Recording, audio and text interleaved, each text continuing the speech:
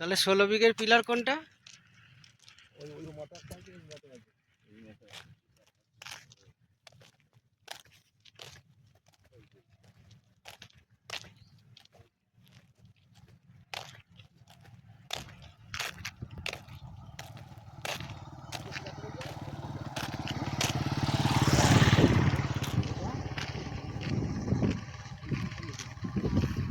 এটা এটা কি নয়নজুলি?